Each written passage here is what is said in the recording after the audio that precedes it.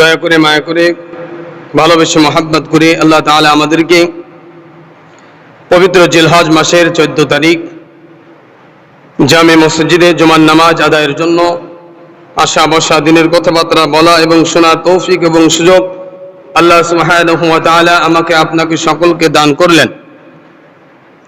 আমরা সেই মহান মালিকের দরবারে অন্তরের অন্তরস্থল থেকে কালিমাতুশ শুকর আদায় করি, সকলে বলি আলহামদুলিল্লাহ। আল্লাহ পাক রব্বুল আলামিনের বড় একটি নিয়ামত, বড় একটি হুকুম আমাদের পরে ছিল,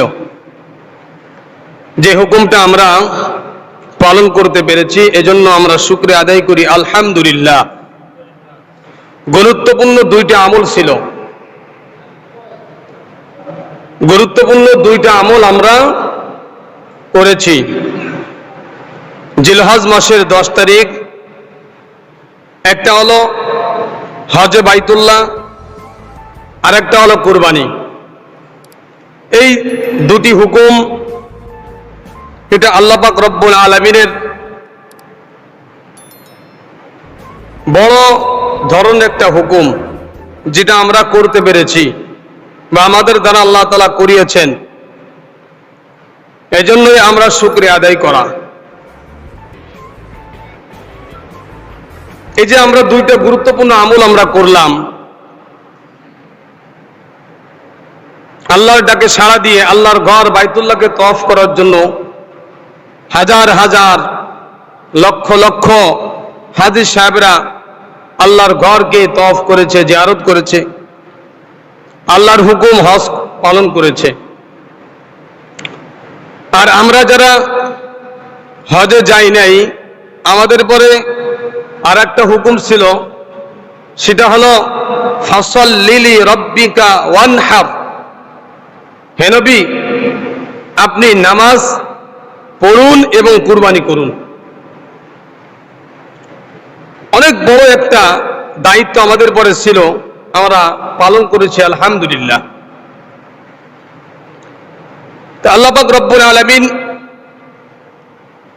তার হাবিব আমাদেরকে আল্লাহর বাণী শোনাইতেছেন, ইয়া আইয়ুহাল্লাযীনা আমানু আতিউল্লাহ ওয়া আতিউর রাসূল ওয়া লা তুবতিলু আ'মালাকুম আই হাসানাতিকুম বিল মাআসি। আমরা যে কুরবানি করলাম, হজ করলাম, এটা গুরুত্বপূর্ণ আল্লাহ তাআলার দুটি আমল। অনেকে হজ করেছে, অনেকে কুরবানি করেছে। এখন এই কুরবানির পরে আমল, আমাদের আমলটা কি হবে, কি হওয়া দরকার, আমরা কিভাবে চলবো, কিভাবে চলা আমাদের প্রয়োজন, চলা দরকার,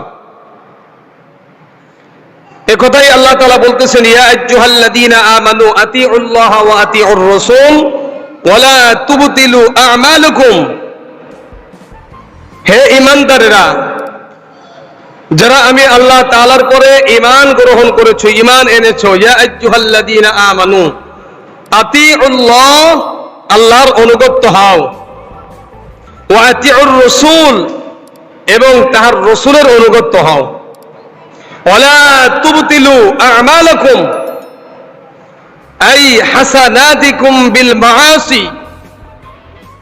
তোমাদের গুনাহের দ্বারা তোমাদের নেক আমলকে নষ্ট করো না। অর্থাৎ আল্লাহ তাআলা গুরুত্বপূর্ণ একটা নেক আমল আমরা করেছি, সেটা হলো কুরবানি।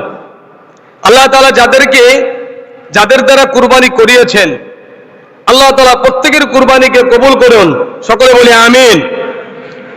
আল্লাহ তাআলা মৃত্যু পর্যন্ত এই সমস্ত বান্দা বান্দীদেরকে আল্লাহ তাআলা প্রতি বছর কুরবানি করার তৌফিক দান করেন। আল্লাহ তাআলা বলেন, হে ঈমানদারেরা, যারা আমি আল্লাহ তাআলাকে বিশ্বাস করো, তাদেরকে আবার বলতেছেন আতিউল্লাহ, আল্লাহর অনুগত হও, ওয়া আতিউর রাসূল, এবং তোমার রাসূলের অনুগত হও, ওয়া লা তুবতিলু আ'মালাকুম, তোমার আমলকে বিনষ্ট করো না। কিসের দ্বারা? বিল মাআসি। তুমি যে গুরুত্বপূর্ণ একটা কাজ করেছো, হজ করেছো এবং কুরবানি করেছো, এটা আল্লাহ তাআলার গুরুত্বপূর্ণ একটা কাজ। এই কাজটা যে তুমি করেছো, এরপরও তোমার জিন্দেগি কেমন চলবা, তুমি এর পরের জিন্দেগি তুমি কিভাবে চলবা, এ কথাই আল্লাহ তাআলা বলতেছেন যে ওয়ালা তুবতিলু আমালাকুম, তুমি এমন কোন কাজ করো না যে কাজের কারণে তোমার ওই হজটা বিনষ্ট হয়ে যায়, যে কাজের কারণে তোমার ওই কুরবানিটা নষ্ট হয়ে যায়, তোমার এই বিনষ্টের কারণে, তোমার গুনাহের কারণে তুমি হজ করেছো, কুরবানি করেছো, এই দুটি আমল তোমার নষ্ট হয়ে যায়। এমন কোন গুনাহের কাজ, এমন কোন অন্যায় পাপাচার কাজ তুমি করো না যেই গুনাহের কারণে তোমার নেক আমলগুলো নষ্ট হয়ে যায়। আল্লাহ তাআলার আদেশ, আল্লাহ তাআলার হুকুম। আলহামদুলিল্লাহ, তোমরা কুরবানি করেছো, ভালো কথা। তোমরা হজ করেছো, আলহামদুলিল্লাহ, ভালো কথা। তবে তোমাদের এই কুরবানিটাকে ধরে রাখতে হলে, তোমাদের হজটাকে ধরে রাখতে হলে তোমরা এমন কোনো কাজ করো না যে কাজের কারণে তোমার হজটা নষ্ট হয়ে যায়, যে কাজের কারণে তোমার এই কুরবানিটা নষ্ট হয়ে যায়। এমন কোনো বদ আমল, এমন কোনো গুনাহের কাজ করো না। তাফসীরের ভিতরে আসছে যে এই হাসানাতিকুম বিল মাআসি, এমন কোন গুনাহের কাজ তুমি করো না যে গুনাহের কারণে তুমি যে হজ করেছিলে হজের আমলটা নষ্ট হয়ে যায়, তুমি যে কুরবানি দিয়েছো কুরবানির আমলটা নষ্ট হয়ে যায়, এমন কোন কাজ তুমি করো না। তাহলে আমাদের কি করতে হবে? আল্লাহ তাআলা বলেন, তাহলে তোমাদের আল্লাহর অনুগত্য, আতিউল্লাহ ওয়া আতিউর রাসূল, আল্লাহর অনুগত্য এবং রাসূলের অনুগত্য হতে হবে। আল্লাহকে পরিপূর্ণ মানতে হবে আর রাসূলের ইতাআত পরিপূর্ণভাবে করতে হবে। হজ এবং এই কুরবানি দ্বারা আমাদের শিক্ষা হলো দুইটি শিক্ষা। এক হলো আমরা আর কখনোই আল্লাহ তাআলার অবাধ্য হব না। কি হব না? আল্লাহ তাআলার অবাধ্য আর কখনোই হব না। দুই নম্বর, আল্লাহ তাআলার কাছে পরিপূর্ণরূপে আত্মসমর্পণ করব। এতদিন যা করেছি, আল্লাহ আমি আজকে হজ করলাম, আমি আজকে হজ করতেছি, করে আসলাম, আল্লাহ আমার আমল নামাগুলোকে তুমি নষ্ট করো না, আমার দ্বারা এমন কোন গুনাহের কাজ সংগঠিত না হয়। এজন্যই বেশি বেশি আল্লাহ তাআলার কাছে দোয়া, ইস্তেগফার, তাকবীর, দোয়া, দুরূদ, তাসবিহ, তাহলিল বেশি বেশি করা, যে আল্লাহ তাআলা আমার আমলগুলোকে নষ্ট না করে, আমলগুলোকে সংরক্ষণ করে আল্লাহ পাক রব্বুল আলামিন কিয়ামতের ময়দানে আমাকে পুরস্কার, জাযা, খায়ের দান করে। এর জন্য বেশি বেশি নেক আমল করা।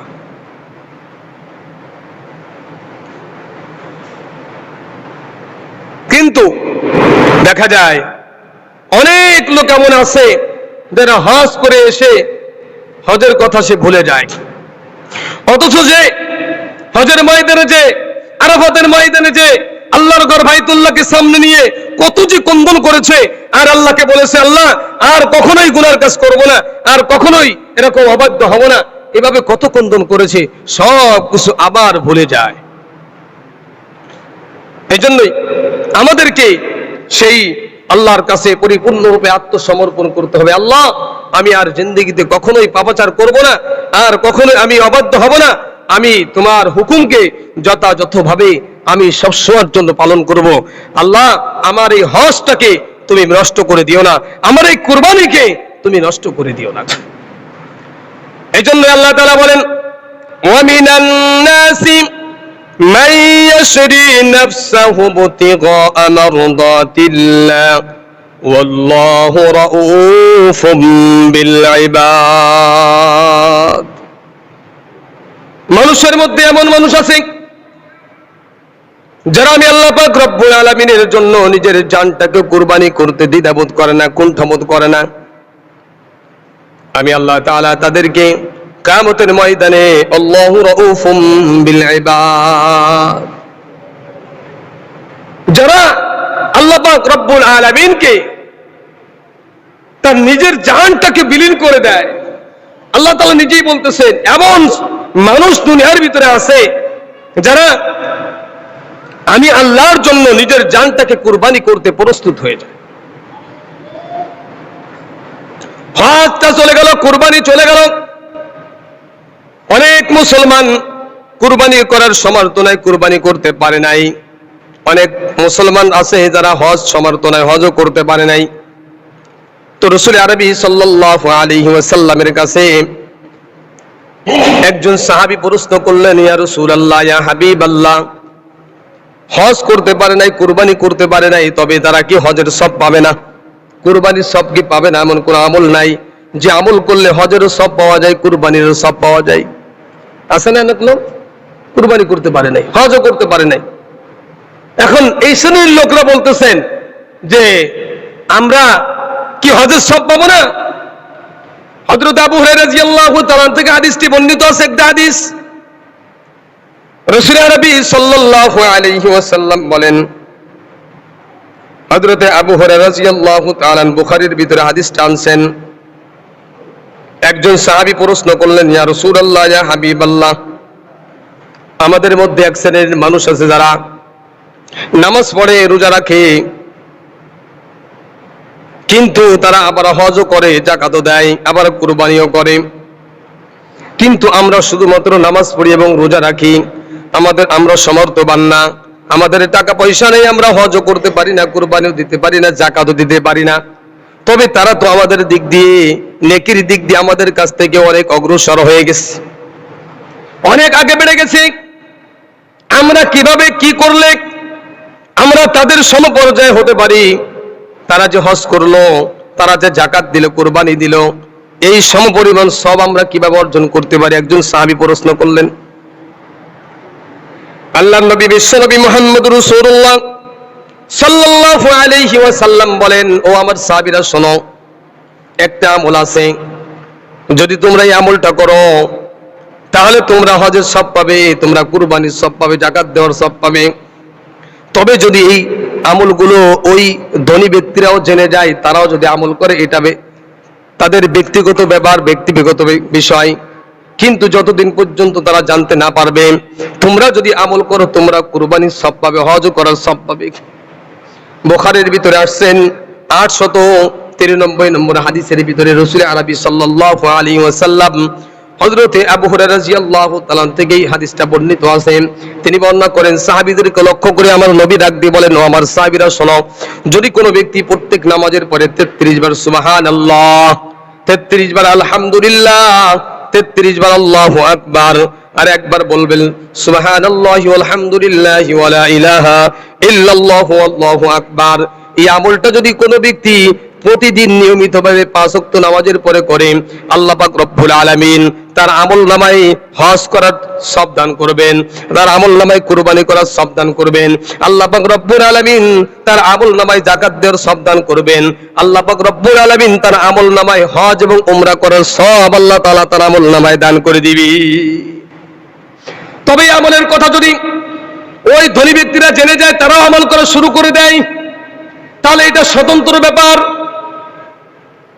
এই আমলটা যদি আমরা করি, যারা আমরা কুরবানি করতে পারি নাই, হজ করতে যাইতে পারে নাই, আল্লাহর নবী বলেন, হযরত আবু হুরায়রা রাদিয়াল্লাহু তাআলা থেকে হাদিসটি রওয়ায়াত করা হয়েছে, বুখারীর ভিতরে আসছে, যদি কোনো ব্যক্তি প্রত্যেকটা ফরজ নামাজের পর, 5 ওয়াক্ত নামাজের পর কোনো ব্যক্তি যদি 3 তাসবিহ আদায় করে, এই 3 তাসবিহ হলো 33 বার সুবহানাল্লাহ, 33 বার আলহামদুলিল্লাহ, 33 বার আল্লাহু আকবার, আর একবার সুবহানাল্লাহি ওয়াল হামদুলিল্লাহ ওয়া লা ইলাহা ইল্লাল্লাহু আল্লাহু আকবার, এই 33 বার মিলায় একবার মিলিয়া এটাকে বলা হয় 100 বার তাসবিহে ফাতিমি।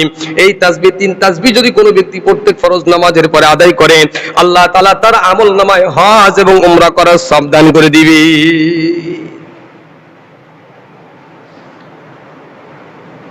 অন্য হাদিসের ভিতরে আল্লাহর নবী বিশ্বনবী মুহাম্মদ রাসূলুল্লাহ, আবু দাউদ শরীফের হাদিসের ভিতরে আসছেন, আল্লাহর নবী বিশ্বনবী মুহাম্মদ রাসূলুল্লাহ সাল্লাল্লাহু আলাইহি ওয়াসাল্লাম বলেন, ফরজ নামাজের জন্য যেই ব্যক্তি বাড়ির থেকে ওযু করিয়া পবিত্রতা অর্জন করে মসজিদে জামাতের সঙ্গে শরীক হবে,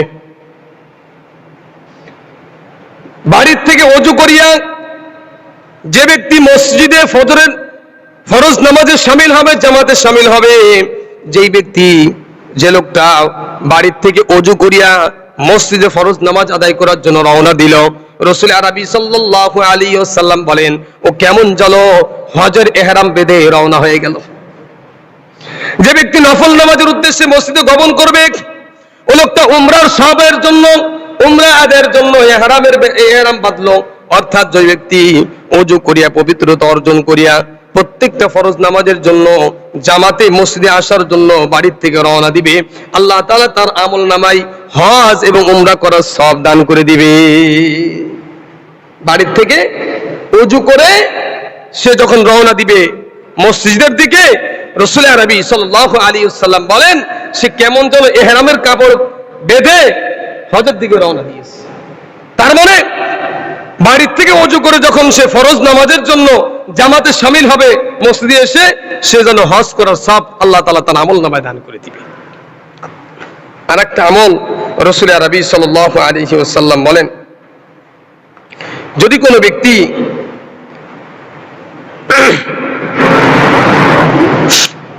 মসজিদে জামাতে শামিল হয়, জামাতে নামাজ আদায় করে,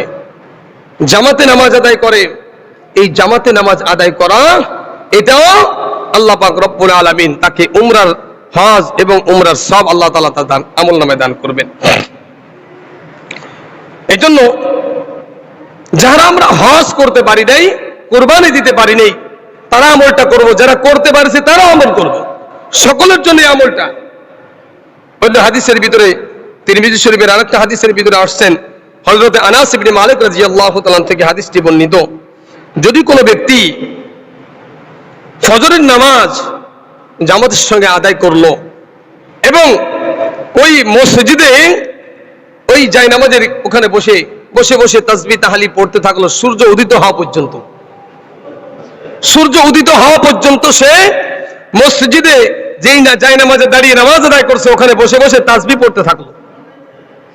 এই অবস্থায় সূর্য উঠে গেছে, সূর্য ওঠার 23 মিনিট পরে 2 রাকাত ইশরাকের নামাজ রাসূল আরবি সাল্লাল্লাহু আলাইহি ওয়াসাল্লাম বর্ণনা করেছেন, যদি কোনো ব্যক্তি ফজরের নামাজ জামাতের সঙ্গে আদায় করে ওই মুসল্লায় বসে বসে তাসবিহ পড়তে থাকে আর সূর্য উদিত হওয়ার পরে সে 2 রাকাত ইশরাকের নামাজ আদায় করে, আল্লাহ তাআলা হযরত আনাস রাদিয়াল্লাহু তাআলা বলেন যে আল্লাহ পাক রব্বুল আলামিন তার আমল নামায় হজ এবং উমরা করার সব তার আমল নামায় দান করে। রাসূল আরবি সাল্লাল্লাহু আলাইহি সাল্লাম অন্য একটা হাদিসের ভিতরে বর্ণনা করেছেন, ইশার নামাজ জামাতের সঙ্গে আদায় করা এবং ফজরের নামাজ জামাতের সঙ্গে আদায় করা এটাও হজ এবং উমরার সব আল্লাহ তাআলা তার আমল নামায় দান করে। হযরত আনাস রাদিয়াল্লাহু তাআলা থেকে আরেকটা লম্বা একটা হাদিস বর্ণিত আছে, রাসূল আরবি সাল্লাল্লাহু আলাইহি সাল্লামের দরবারে একজন সাহাবী প্রশ্ন করলেন, ইয়া রাসূলুল্লাহ, ইয়া হাবিবাল্লাহ, আমি হজ করতে চাই, আমি জিহাদ করতে চাই, আমাকে হজ করার অনুমতি দিন, আমাকে জিহাদ করার অনুমতি দিন, আমি জিহাদে যাব। আল্লাহর নবী বিশ্ব নবী মুহাম্মদ রাসূলুল্লাহ সাল্লাল্লাহু আলাইহি ওয়াসাল্লাম লোকটাকে জিজ্ঞাসা করলেন, তোমার পিতামাতা জীবিত আছে কিনা? কয় হ্যাঁ, আমার পিতামাতা জীবিত আছে। রাসূল আরবি সাল্লাল্লাহু আলাইহি ওয়াসাল্লাম বলেন, তাহলে তুমি তোমার পিতামাতার খেদমত করো। যদি তুমি তোমার পিতামাতাকে খেদমত করো তাহলে হজ এবং উমরা করার সব আল্লাহ তাআলা তোমার আমল নামায় দান করে দিবে। হজ এবং উমরা আদায় করলে যে সব হবে, এই সব এই আদায় করার সব আল্লাহ তাআলা তোমার আমল নামায় দান করবেন। এই জন্যই হজ এবং কুরবানি গুরুত্বপূর্ণ 2টা আমল আমাদের মাঝ থেকে চলে গেছে। আলহামদুলিল্লাহ, যাদের দ্বারা আল্লাহ তাআলা এই 2টি কাজ করিয়েছেন তারা আল্লাহর শুকরিয়া আদায় করে আলহামদুলিল্লাহ। এবং আল্লাহর কাছে সবসময়ের জন্য দোয়া করি যে আল্লাহ সারা জীবন যেন আমি এই কুরবানি দিতে পারি, সারা জীবন প্রতি বছর আমি যেন কুরবানি দিতে পারি, আল্লাহ তোমার জন্য কুরবানি করতে পারি, এই তৌফিক আল্লাহর কাছে চাওয়া আর বেশি বেশি শুকরিয়া আদায় করা। আর আল্লাহ পাক রব্বুল আলামিন বলেন যে ওয়ালা তুবতিলু আমালাকুম, কুরবানি করেছো আলহামদুলিল্লাহ, হজ করেছো আলহামদুলিল্লাহ, তবে হজ করে এসে যদি এমন কোনো কাজ করো না এই যে তোমার এই হজটা নষ্ট হয়ে যায়। কুরবানি করার পরে এমন করে বদ আমল করো না যে আমলের কারণে তোমার কুরবানিটা নষ্ট হয়ে যায়, এমন কোনো কাজ যেন তোমরা না করো। এই জন্যই বলা হয়েছে যে হজ এবং উমরার পরবর্তী জীবন আমাদের এমন ভাবে চলতে হবে যে আল্লাহর অনুগত্য, ও আতিউল্লাহ ওয়া আতিউর রাসূল, পরিপূর্ণরূপে আল্লাহর সামনে আমাকে আত্মসমর্পণ করতে হবে। আল্লাহ যে বিলে আমাকে চলতে বলে আমাকে ওই ফিলি চলতে হবে, আল্লাহ যে ফিলে আমাকে চালায় ওই ফিলি আমাকে চলতে হবে, আল্লাহ যে ফিলে আমাদেরকে ভালো রাখেন ওই ফিলে আমাদেরকে ভালো থাকতে হবে। আল্লাহর হুকুম নবীজির তরিকা মতন আমাদের জীবনটাকে পরিচালনা করতে হবে। তাহলে আল্লাহ পাক রব্বুল আলামিন আমার হজকে, আমার কুরবানিকে, আমার ত্যাগকে আল্লাহ তাআলা বিনষ্ট করবে না। আল্লাহ তাআলা বলেন কিয়ামতের ময়দানে আমি আল্লাহ তাআলা তোমাদেরকে পুরস্কৃত করব। এজন্য মুসলমান ভাইরা, আমাদের কাজ হলো যে আমরা বেশি বেশি আল্লাহ পাক রব্বুল আলামিনের শুকরিয়া আদায় করা। আল্লাহ পাক রব্বুল আলামিনের কাছে বেশি বেশি আমরা রাসূল আরবি সাল্লাল্লাহু আলাইহি সাল্লামের তরিকা এবং আল্লাহর অনুগত্য এবং রাসূলের অনুগত্য মেনে আমাদের জীবনটাকে পরিচালনা করা। আল্লাহ তাআলা আমাদের সকলকে আল্লাহর অনুগত্য রাসূলের তরিকা অনুযায়ী জীবন পরিচালনা করার তৌফিক দান করেন। সম্মানিত মুসলমান ভাইরা, আল্লাহ পাক রব্বুল আলামিন আমাদেরকে যেই বাণী আমাদের কাছে পৌঁছিয়েছেন, আল্লাহ পাক রব্বুল আলামিন বলেন ওয়াতিউল্লাহু মিনান নাসি মান ইয়াশরি নাফসাহু বিতিগা আমরাদাতিল্লাহ আল্লাহু রাউফুম বিল ইবাদ। যে মানুষের ভিতরে, মানুষের মধ্যে এমন এমন মানুষ আছে যারা আমি আল্লাহ পাক রব্বুল আলামিনের জন্য জীবন উৎসর্গ করতে কুণ্ঠাবোধ করে না। খয়বরের যুদ্ধে রাসূল আরবি সাল্লাল্লাহু আলাইহি ওয়াসাল্লাম খয়বর বিজয় হয় না, দীর্ঘদিন পর্যন্ত যুদ্ধ চলছে। তা ওইখানে একজন রাখাল ছিল, একটা রাখাল ছিল, যে রাখালের কাজ হলো মানুষের বকরি গরু এটাকে মাঠে চড়ানো, এটা হলো রাখালের কাজ। এই রাখালটা অনেক সংখ্যক মানুষ আসছে, রাত্রেবেলা আগুন জ্বালাইছে, তাবু ফেলে ফেলে সবাই আগুন জ্বালাইছে, খাবার পাকাইতেছে। উনি মনে মনে চিন্তা করতেছে যে এরা কারা, কেন আসছে এখানে, এই দেশের উপরে আক্রমণ কেন করতে আসছে, কি উদ্দেশ্য এদের। রাখালের মনের ভিতরে একটু তো উনি আগাই গেছেন, সামনে অগ্রসর হলে কিছু দূর যাওয়ার পরে একজন মুসলমানের সঙ্গে দেখা। মুসলমানের কাছে জিজ্ঞাসা করছে, ভাই তোমরা যে আমাদের দেশের উপর আক্রমণ করতে আসছো, তোমাদের উদ্দেশ্যটা কি, কিসের জন্য, তোমরা কিসের দাওয়াত নিয়ে আসছো। তিনি বললেন যে আমাদের সর্দারের কাছে যাও। সর্দার মানে আমাদের নবী মুহাম্মদ রাসূলুল্লাহ সাল্লাল্লাহু আলাইহি ওয়াসাল্লাম। তা উনি রাখাল, উনি মনে করতেছেন যে রাষ্ট্রের প্রধান, আমি একজন সামান্য রাখাল, আমার শরীর থেকে সবসময় গোবরের গন্ধ বের হয়, আমার শরীর থেকে গাম বের হয়, দুর্গন্ধ বের হয়, আমি একজন রাখাল, আমার শরীরে ভালো ভালো কোনো পোশাক নাই, আমি প্রধানমন্ত্রীর সঙ্গে দেখা করব, এটা ভালো পোশাক তো লাগে, এই পোশাক নিয়ে এই শরীর নিয়ে তো তার সঙ্গে দেখা করা যায় না। কয় না, আমাদের যিনি প্রধান, আমাদের যিনি নেতা, এমন একজন নেতা, তার কাছে গরিব, অসহায়, ধনী, রাখাল সব এক, সব সমান। তিনি কাউকে দুই চোখে দেখে না, ধনী ব্যক্তিকে এক চোখে দেখে আর গরিবদেরকে আর এক চোখে দেখে, তিনি এমন নাই। গরিবকে যেভাবে সম্মান করা দরকার তিনি সেভাবে সম্মান করেন, ধনীদেরকে সম্মান করেন। রাখাল ওনার সানেই আয়াতটা নাযিল হয়েছে, ওয়ামিনান নাসি মান ইয়াশরি নাফসাহু বিতিগা আমরাদাতিল্লাহ আল্লাহু রাউফুম বিল ইবাদ। আল্লাহ পাক রব্বুল আলামিন বলেন মানুষের ভিতরে এমন এক শ্রেণীর মানুষ রয়েছে যারা আমি আল্লাহর জন্য, আমি আল্লাহ পাক রব্বুল আলামিনের সন্তুষ্টির জন্য তারা তার নিজের জানটাকে, নিজের মালটাকে আমি আল্লাহর জন্য কুরবানি করতে প্রস্তুত, কুণ্ঠাবোধ করে না। দেখেন সমাজের ভিতরে এমন মানুষ রয়েছে যাদের পরে আল্লাহ তাআলা কুরবানি ওয়াজিব করেছিলেন, তারা সম্পদের মায়া ছাড়তে পারে নাই। সম্পদের মায়া তাদের অন্তরের ভিতরে এমন লেগে আছে যে কুরবানি দিলে তো 50, 60, 70, 1 লাখ টাকা খরচ হবে, এই টাকার মায়ায় তারা কুরবানি করে না। শুধুমাত্র এই টাকার মুহাব্বতে তারা কি করে নাই, এত বড় গুরুত্বপূর্ণ একটা আমল তার থেকে সে মাহরুম রয়ে গেছে। অথচ আল্লাহ তাআলা বলেন মানুষের মধ্যে এক শ্রেণীর মানুষ আছে যারা আমি আল্লাহর জন্য তাদের জান এবং মালটাকে কুরবানি করতে, জান দিতে তারা একটু কুণ্ঠাবোধ করে না। আবার এক শ্রেণীর মানুষ আছে যারা তাদের মালটাকে, তাদের জানটাকে মনে করে যে এই জান এবং মালই আমার সবকিছু, অথচ এই জান এবং মাল কিন্তু কিছুই না। এই জন্য রাখাল কাঁপতে কাঁপতে কাঁপতে কাঁপতে রাসূলের দরবারে গেছে। রাসূল আরবি সাল্লাল্লাহু আলাইহি সাল্লামকে প্রশ্ন করলেন যে আপনারা কি উদ্দেশ্যে এখানে আসছেন, কেন বা আসছেন, আমাদের দেশের উপর আক্রমণ কেন করতেছেন, আপনাদের উদ্দেশ্যটা কি, আপনাদের বাণী কি, আপনাদের দাওয়াত কি, কোন দাওয়াত নিয়ে আপনারা আসছেন। রাসূল আরবি সাল্লাল্লাহু আলাইহি সাল্লাম তাওহীদের বাণী তাকে শোনাইলেন, তাওহীদের কথা শোনাইলেন, এক আল্লাহর কথা শোনাইলেন, একাত্মবাদের কথা শোনাইলেন, আল্লাহ যে এক এই কথা শোনাইলেন, একমাত্র আল্লাহরই ইবাদত করা লাগবে এই কথা তাকে যখন শোনাইলেন, তিনি বললেন যদি আমি তোমার কথা অনুযায়ী চলি বা তোমার কথাগুলোকে আমি বিশ্বাস করি, তোমার কথাগুলোকে আমি মেনে নিই, তাহলে আমার কি হবে? আমার কি লাভ? রাসূল আরবি সাল্লাল্লাহু আলাইহি সাল্লাম বললেন যে তুমি দুনিয়ায় পাইবা সুখ, দুনিয়ায় পাবা কি? সুখ। মুসলমানদের কাছ থেকে পাইবা নিরাপদ, এবং আল্লাহ পাক রব্বুল আলামিন তোমাকে মৃত্যুর পরে আল্লাহ পাক রব্বুল আলামিন তোমার জন্য জান্নাত অবধারিত করে দিবেন। আল্লাহ তাআলা তোমার জন্য চির সুখের ঠিকানা জান্নাত আল্লাহ তাআলা তোমাকে দান করবেন। অনেক লম্বা চড় নসিহত করলেন লোকটাকে নসিহত করার পরে তিনি হয়ে গেছে। রাসূল সাল্লাল্লাহু আলাইহি ওয়াসাল্লামের কথা না পড়ে তিনি একদম ফিদিয়া রাসূলকে বলতে, ইয়া রাসূলুল্লাহ, তাহলে যদি এটাই হয়, আমি একজন গরীব, আমার শরীর থেকে সবসময় দুর্গন্ধ বের হয়। আল্লাহ রাসূল সাল্লাল্লাহু আলাইহি ওয়াসাল্লাম বলেন যে আল্লাহ পাক রব্বুল আলামিন তোমার এই দুর্গন্ধ শরীর, তোমাকে এই দুর্গন্ধ শরীর নিয়ে জান্নাতে দিব না। তোমাকে যখন তোমার শরীর নিয়ে তুমি জান্নাতে যাবে, তখন তোমার শরীর থেকে সুঘ্রাণ বের হবে, এবং তোমার যে কালো চেহারা, এই কালো চেহারা থাকবে না।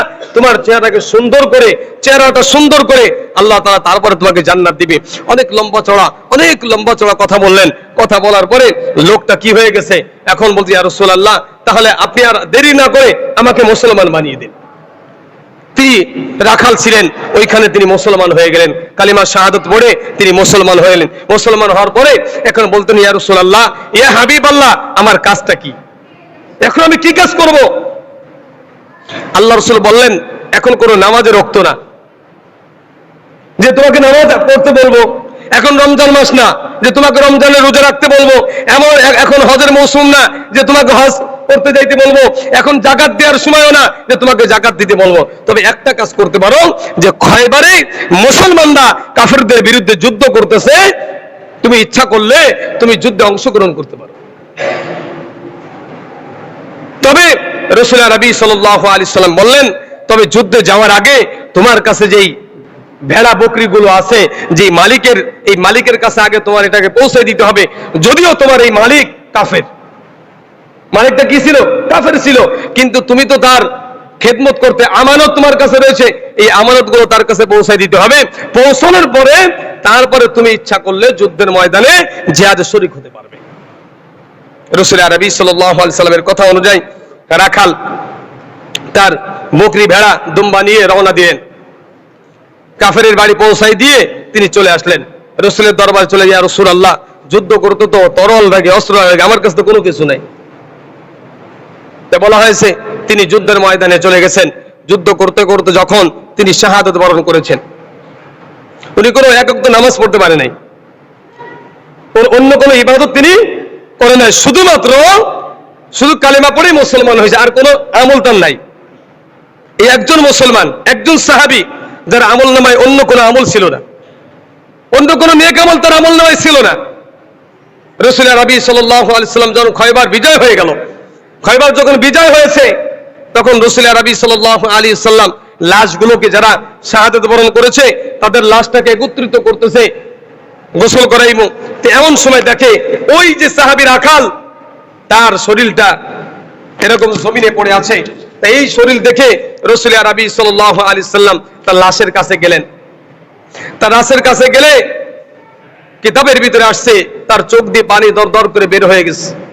সাহাবীদেরকে লক্ষ্য করে বলে, আমার সাহাবীরা শোনো, এমন এক ব্যক্তির লাশ এটা, তার জিন্দেগিতে কোনো নেক আমল নাই, শুধুমাত্র কলিমা পড়ে মুসলমান হয়েছে, এক ওয়াক্ত নামাজ পড়ার, আল্লাহকে একবার সিজদা করার তৌফিক তার কপালে জোটে নাই। আল্লাহকে সিজদা করবে, একটা সিজদা দিবে, এমন কোন তৌফিক তার কপালে জোটে নাই। অন্য কোন নেক আমল তার আমল নামায় নাই, শুধুমাত্র একটা আমল নামা নেক আমল আছে। তিনি কালেমা শাহাদাত বরণ করে, কালেমা শাহাদাত পড়ে তিনি আল্লাহর জন্য জিহাদ করে শাহাদাত বরণ করেছে। রাসূল সাল্লাল্লাহু আলাইহি সাল্লাম তার এই লাশ দেখে অনেক কন্দন করেছে, আল্লাহর কাছে দোয়া করেছে, আর বলছেন, তোমার এই দুর্গন্ধময় শরীর আল্লাহ পাক রব্বুল আলামিন সুঘ্রাণে ভরপুর করে দিবেন। তোমার এই কালো চেহারাটাকে আল্লাহ সুন্দর করে আল্লাহ তাআলা তোমাকে জান্নাতুল ফেরদাউস নসিব করে দিবেন। এই ব্যক্তির শানে এই আয়াতটা আল্লাহ তাআলা নাযিল করে দিয়ে বলেন, ওয়ামাই ইয়াশরি নফস, যে মানুষের ভিতরে এমন এমন নফস রয়েছে, এমন এমন মানুষ রয়েছে, যারা আমি আল্লাহ তাআলার জন্য জান এবং মালকে কুরবানি করতে কুণ্ঠাবোধ করে না। পিছপা হয় না। সমাজের ভিতরে অনেক মানুষ রয়েছে যাদের পর আল্লাহ কুরবানি অজীব করে দিয়েছিলেন, অথচ তারা এই গুরুত্বপূর্ণ একটা ইবাদত থেকে মাহরুম থেকে গেছে। মনে করতেছে টাকাগুলো রয়ে গেছে আমার কাছে। না, এই টাকাগুলো আপনার কাছে কিন্তু থাকবে না। দেখেন, প্রত্যেকটা পয়সা টাকার গায়ে লেখা রয়েছে যে চাহিবার মাত্র বাহককে দিতে আপনি বাধ্য থাকিবেন। তার মানে আপনার কাছে এখন টাকা আছে, সাথে সাথে দেখবেন আপনার জরুরত হয়ে গেছে, প্রয়োজন আপনার সামনে চলে আসছে, টাকা খরচ করাই লাগবে। কিন্তু যদি আপনি আল্লাহর জন্য কুরবানি করতেন, আপনি আল্লাহর জন্য কুরবানি করলে আল্লাহ পাক রব্বুল আলামিন আপনার পরে সন্তুষ্ট হতো। অথচ আপনি সেই কুরবানি থেকে, সেই বড় ধরনের একটা সওয়াব থেকে আপনি মাহরুম থেকে গেলেন। এই টাকা কিন্তু আল্লাহ তাআলা কবরে নিয়ে আপনি নিতে পারবেন না, আল্লাহর জান্নাতে এই টাকা নিয়ে যেতে পারবেন না। এই জন্য মুসলমান ভাইরা, যাদের পরে সমর্থ ছিল কুরবানি করতে পারি নাই, আল্লাহর কাছে তওবা করি, ইস্তেগফার করি, আল্লাহ আর জীবনে যদি সামনে কুরবানি পর্যন্ত আমি জীবিত থাকি, আল্লাহ আমি কুরবানি করব। আল্লাহ তাআলা আমাদের সকলকে তৌফিক দান করেন।